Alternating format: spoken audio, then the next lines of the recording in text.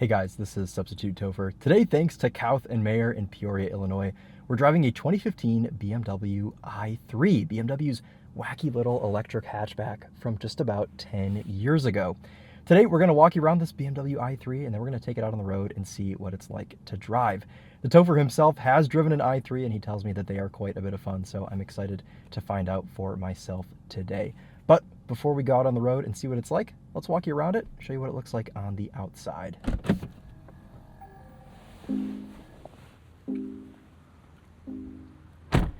And here it is in all its glory. When I said wacky, I meant it. This car has always been an acquired taste, and I remember just about 10 years ago when it came out, I thought, what is BMW thinking of? This is so strange. They were so early to the electric car craze with this thing, and it didn't really make sense to me at the time. But I'm thinking today, 10 years later, this thing may actually make some sense. So, what do we have as far as mechanicals go? Well, this is rear-wheel drive. It's electric, but it has a range extender, which is powered by gasoline. Our power output on this thing is 170 horsepower and 184 pound-feet of torque. So I'm excited to see kind of what that translates to on the road. This thing weighs just over 3,000 pounds with the range extender.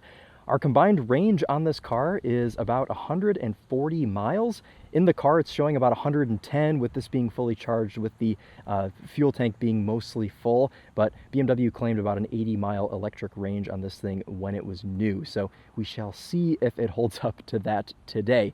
But there are some interesting things with this car that I don't think a lot of people realize. For one, we have kind of like the Mazda RX-8 sort of freestyle doors, I suppose is the politically correct way to describe the way that these doors open. But once you open these doors, it reveals quite a exuberant interior, but more importantly and more interestingly, the carbon fiber reinforced plastic body of this car, kind of like a McLaren. The passenger compartment is this one solid piece of carbon fiber, which explains why when this car was new in 2015, it was 50 grand. And you can pick these things up today for $10,000 to $20,000. They have depreciated quite a bit, as most BMWs do, and also as electric cars do. So a little bit of a double whammy here with this one. But I think this might be a really cool used car opportunity for somebody that just wants something to drive around town, you know, have your kind of 80 miles of electric range, your cool, futuristic at the time BMW interior, and you'd stand out from the rest. This thing is so strange looking. I like how the taillights are kind of integrated into this entire hatch. It's one seamless piece of glass back here. In the back, you can see you have enough room for things. The owner of this car does daily drive it, so it is a little bit dirty inside, but I thought it would be cool to show off an example that is genuinely daily driven. We've got enough room back here for things. You've got a little bit... Actually, you don't have any storage underneath the trunk floor, so ignore that. That is where your battery sits. No power hatch for your 50 grand back in 2015. Let's check out rear seat room. These door handles are quite strange as well, because you'd expect them to open out this way, but they kind of open out backwards. Open up our rear door, and I'll sit behind myself here.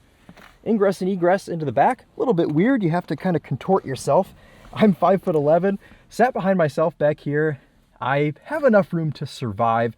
My legs are touching the back of the driver's seat, but I think I could do it for a little while. You've got some cup holders in the middle. This is a 4-seater configuration. There is no middle seat. But overall, I think I would find myself distracted by all of the cool design elements in this interior, and I wouldn't really be paying attention to my legs being pressed into the driver's seat.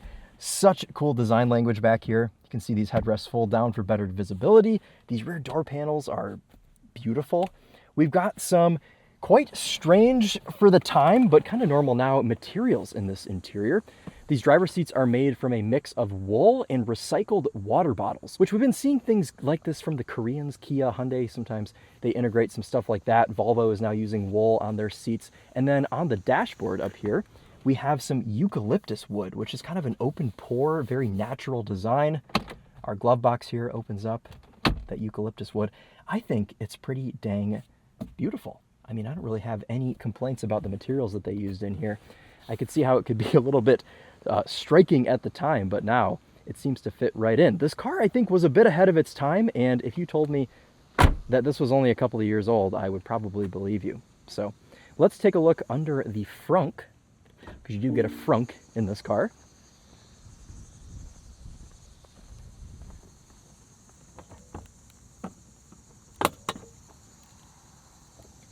You can see the owner has their charging cable in here, and you can't really fit much else. It's a pretty small little compartment, but it's nice that you get this little bit of extra storage, especially when you don't have any under trunk floor storage in the back.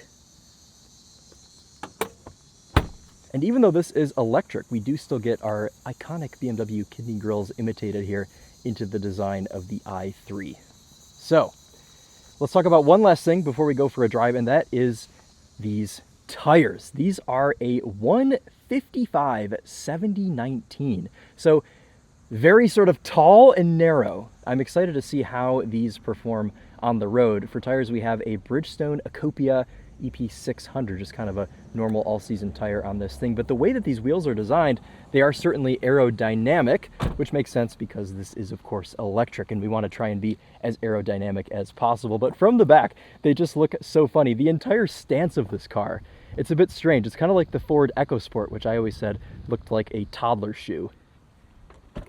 Let's go ahead and jump back inside. We have a very open interior feel in this car. Of course, there's no drivetrain hump, so very flat floors. Up here kind of reminds me of the Nissan Ariya, the way that things are designed. So maybe a bit of inspiration there. Similar sort of thing in the back seat. You all saw that when I was back there. All right, let's fire it up one more time because it shut itself off.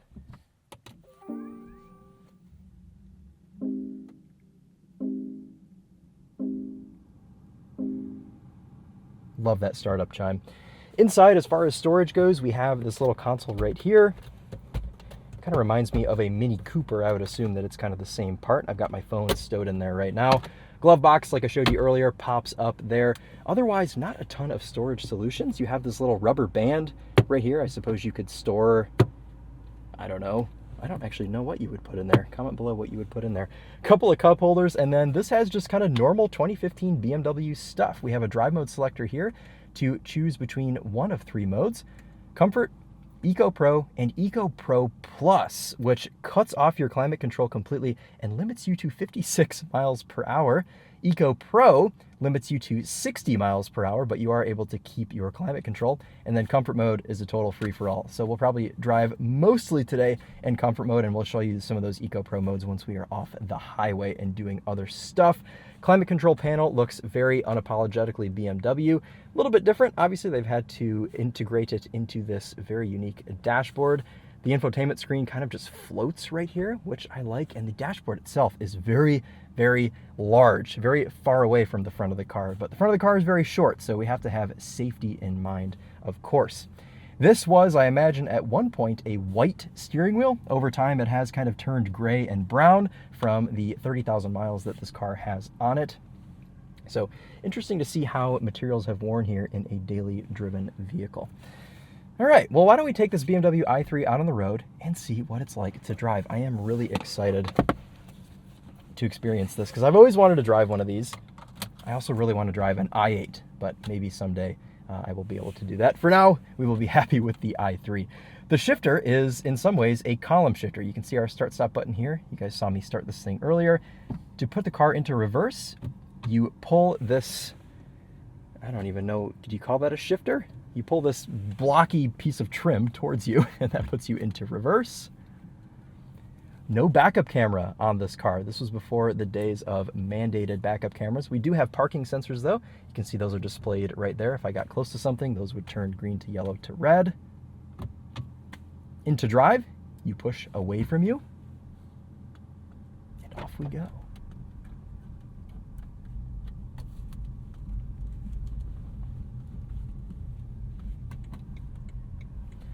Under first impressions, this drives pretty similarly to new electric cars. You have a good amount of regen, which means you're able to one-pedal drive this thing.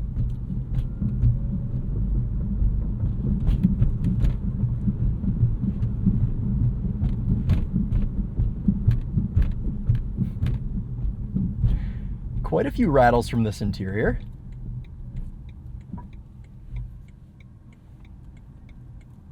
we have a chance, let's just go ahead and see how this BMW i3 gets off the line.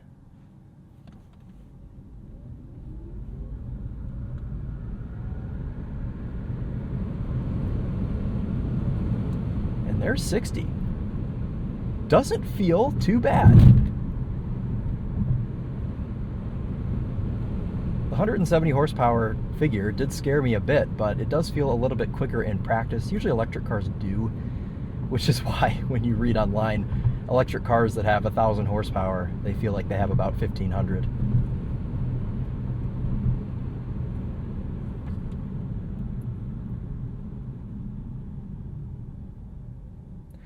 Brake pedal feel is pretty progressive. It does feel quite simulated, but back in these early days of electric cars and hybrids and everything, they were still kind of working on making brake pedals feel normal because of the regen and all the things that go into the braking system in these cars. One thing I find interesting about the brake pedal on this car is it is very narrow, like a manual transmission brake pedal. It's not the long L-shaped brake that we get in normal automatic cars, so interesting little quirk there.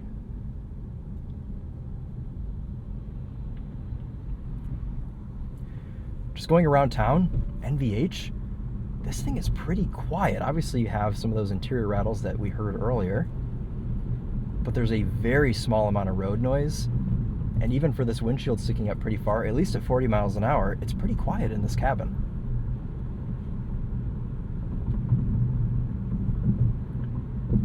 You can see here with a full charge and a full tank of fuel, we have 49 miles of electric range, 58 miles of range extender. So a combined figure of somewhere around 110 miles, a little bit less than that. I did just unplug this from the charger, so I do know that it is full.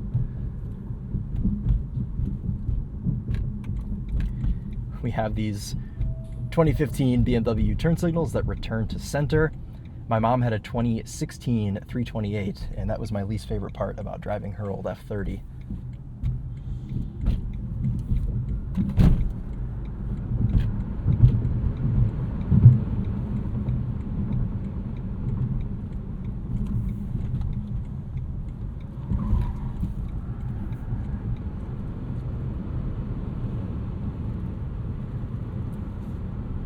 Yeah. It's pretty agile, quite a bit of limitation from traction control around that corner. And I don't know how to turn traction off. I probably should have looked at that before I got it on the road, but that's okay.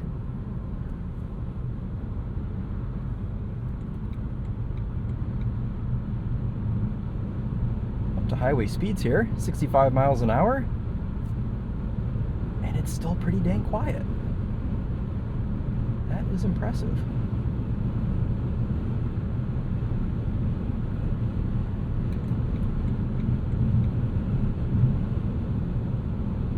Quite an aggressive amount of regen when you pull your foot off the accelerator coming down from highway speeds.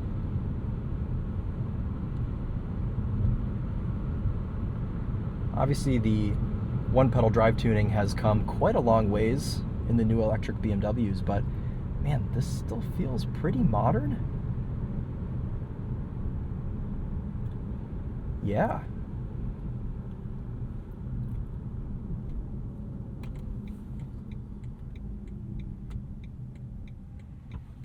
And this will come to a complete stop with the one pedal drive. I just didn't time it super well there.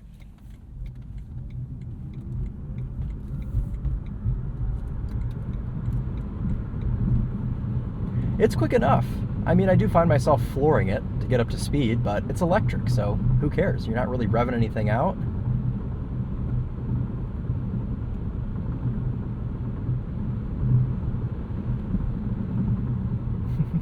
I like this little car. I'm having a good time. I like cars that are this size because it's just so easy to maneuver them around cities and even just kind of regular traffic situations. Let's do a bit of a brake test.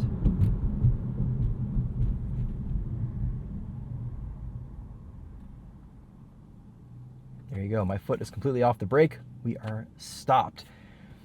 Very sort of typical BMW steering wheel buttons here. They haven't really worn too badly. They aren't sticky or anything. Everything seems to be working fine in this car. And the cabin is just so open. I can man spread. Got my legs pretty far apart. There's nothing here to block this knee over here. The door panel's far enough away.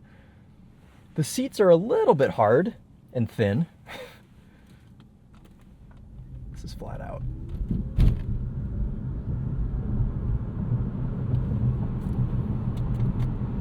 Visibility out of the i3 is quite adequate. You've got some blind spots back there behind the B pillars where the rear windows sit. There's quite a bit of body there.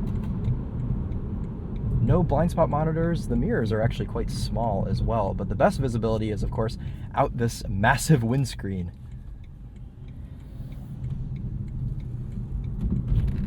Very light and quick steering.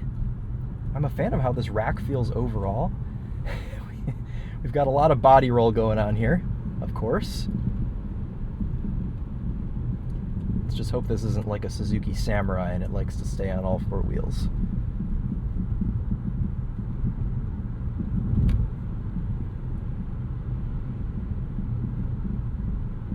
I don't have a great idea of what's going on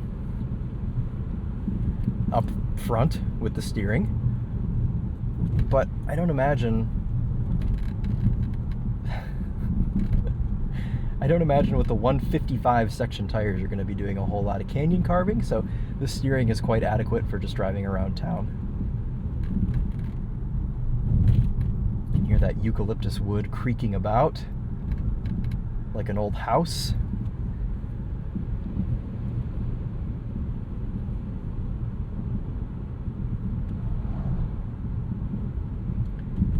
Our 10-year-old BMW in-house navigation seems to be doing just fine.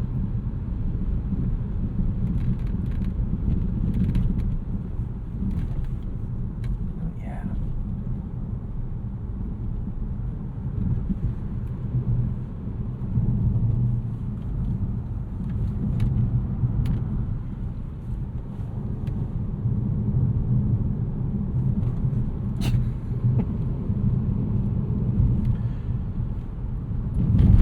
Ooh, okay.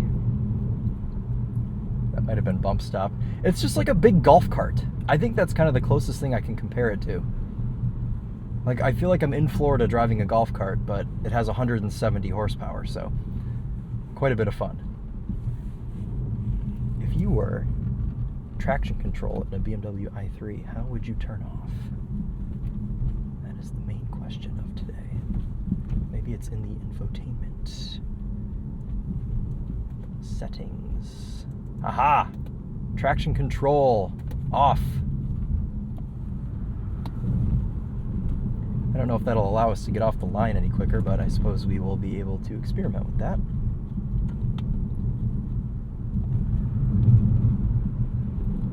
Throttle response is a little bit delayed. Not as instantaneous as some new electric vehicles. In normal situations, though, I mean, I don't have to move my foot over to this brake pedal. Except for now when I'm moving my foot over to the brake pedal because there's a stop sign. But when you're just on normal roads, you're able to take advantage of this regen.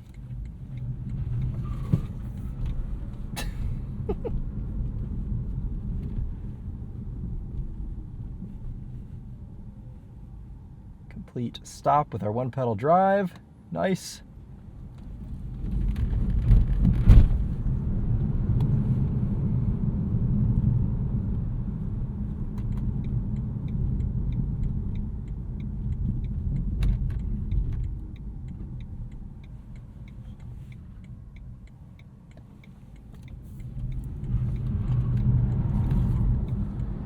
Stability control keeping me from a bit of a slide, but up to 60 very quickly.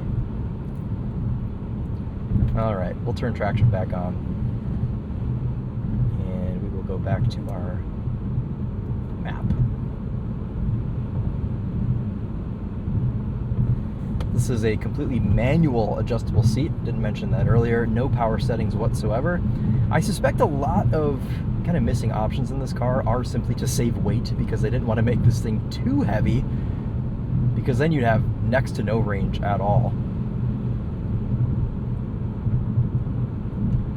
If you got this car without the range extender, it was slightly under 3,000 pounds, slightly over 3,000 pounds with the range extender. I think it's around 3,100. let's try out our Eco mode, Eco Pro. So as you can see here, that is going to limit me to 60 miles. Oh, we just broke out of it. It's blinking at me. It does not like that.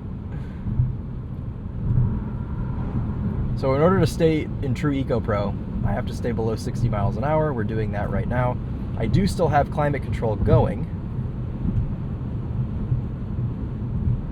Oh, interesting. I don't know if you guys can see this on camera.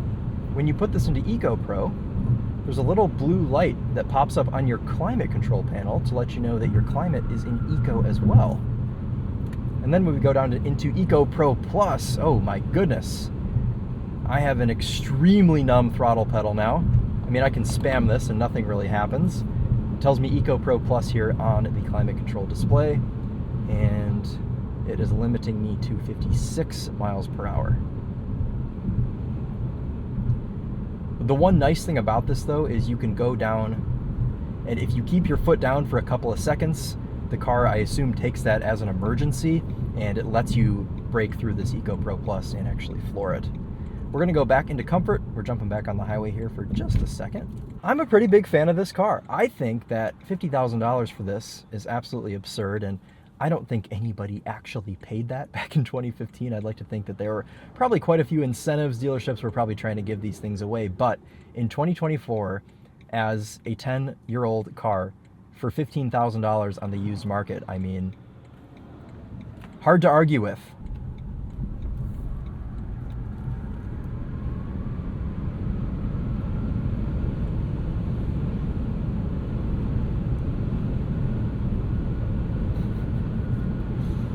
See what our wipers look like.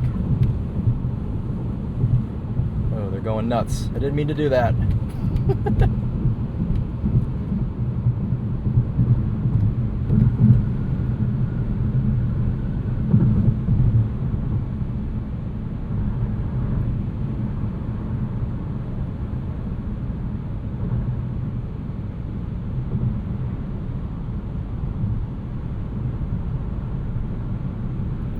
I'm honestly surprised we haven't heard more tire squeal from these Bridgestones.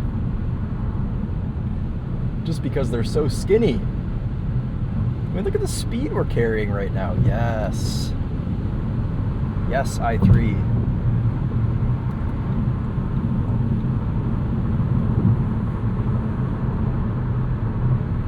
Man, these wipers do a heck of a job. That's a big windshield. Does this have adaptive cruise control? Does.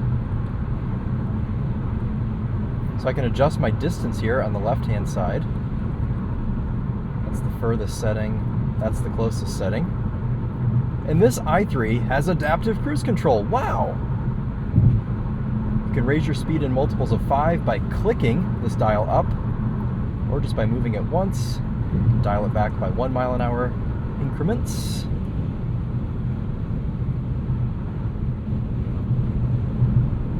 Go for a pass, see how it reacts.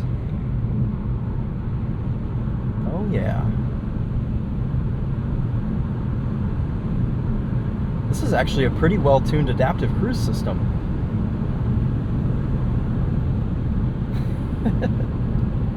Okay. Yeah. Honestly, guys, if you're looking for a daily driver and you live close to home and you've got 10 grand to spend, I mean, I've seen i3s sell on Bring a Trailer, Cars and Bids, Facebook Marketplace for like $10,000. And I've even seen ones that have had their batteries replaced. I think that would be the way to go, because then you're not sacrificing any range. You've got your fresh factory range still. The ride is super soft. All of those dips back there in the pavement, no problem at all. And even though we have 19-inch wheels, we have a 70-section sidewall on this, so it soaks everything up pretty nicely.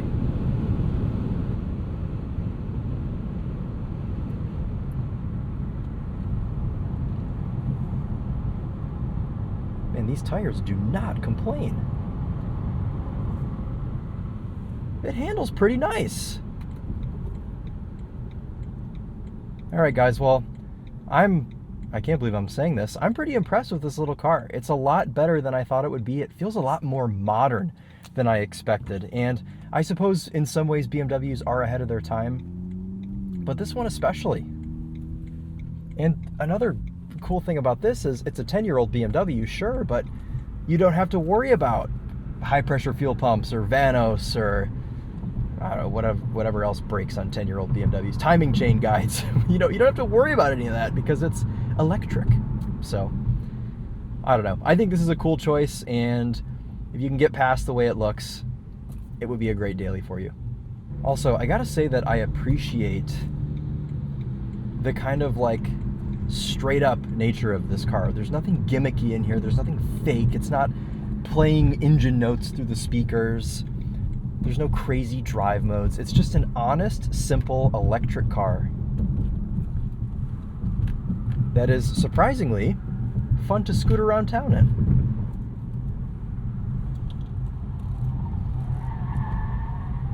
There they go.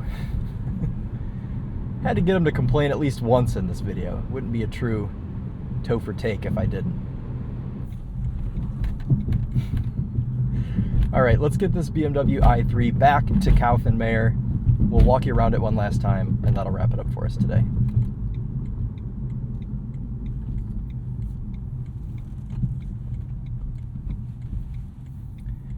Why don't we position ourselves back to another iconic BMW for our wrap-up. Park is a button on top of our little column here, and you can kind of just do everything up here with your right hand moving in different ways, but that's it. That's the BMW i3. Now I know. I think it's time to experience the i8 now. I've graduated from the i3.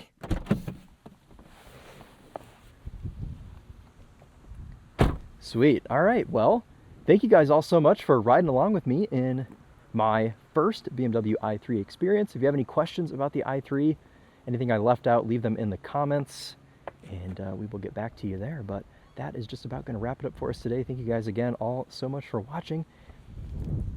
Let's actually show you the charge port real quick. I just realized I never did that. Looks just like the charge port on a new electric vehicle. Nothing really out of the ordinary here. Cool. All right. We'll see you guys in the next one. Take care.